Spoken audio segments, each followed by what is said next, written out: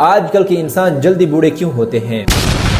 آج کی ویڈیو میں آپ لوگوں کے ساتھ بڑی اہم معلومات شیئر کروں گا، تو اس لیے ویڈیو کو مکمل دیکھیے۔ جاپان کے ڈاکٹروں نے ریسرچ کیا اور معلوم کرنا چاہا کہ آج کل کے انسان جلدی بوڑھے کیوں ہوتے ہیں، جبکہ آج سے کئی سال پہلے کے لوگوں کی عمریں بہت زیادہ ہوتی تھی اور آج کل بمشکل کسی کی عمر 70 یا 80 سال ہوتی ہیں۔ تو انہوں نے اس پر ریسرچ کیا اور آخرکار معلوم کر لیا کہ انسان کے جسم کے اندر ایک ایسا مادہ ہے، ایک ایسا لیکوڈ ہے جو 35-40 سال تک بنتا رہتا ہے۔ جب وہ بنتا رہتا ہے تو انسان جوان رہتا ہے، پھر جب وہ بننا ختم ہو جاتا ہے، نہیں بنتا رہتا ہے، تو انسان بڑھاپے کا سفر اختیار کر لیتا ہے۔ اس طرح انسان کے چہرے پر جھریاں آ جاتی ہیں، انسان کے بال سفید ہو جاتے ہیں اور انسان کے گھٹنوں میں درد ہونا شروع ہو جاتے ہیں، اور اس طرح انسان بڑھاپے کا سفر اختیار کر لیتا ہے۔ تو انہوں نے سوچا کہ کیوں نہ کوئی ایسا میڈیسن، کوئی ایسا ٹیبلٹ کیوں نہ بنایا جائے کہ انسان کے جسم کے اندر داخل کرے اور انسان کے جسم میں یہ مادہ، یہ لیکوڈ دوبارہ بننا شروع ہو جائے اور اس طرح انسان جوان رہے۔ تو اس پر انہوں نے ہزاروں پودوں پر ریسرچ کیا اور آخرکار معلوم کر لیا کہ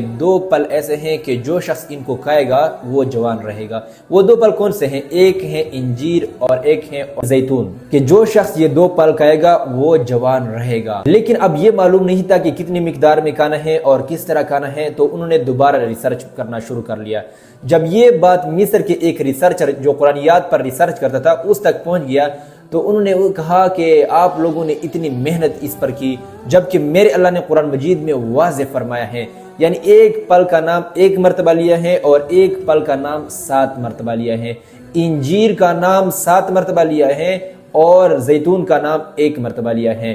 تو اس پر وہ ڈاکٹر بھی متفق ہو گیا کہ جو شخص 7 دانے انجیر کھائے گا دن میں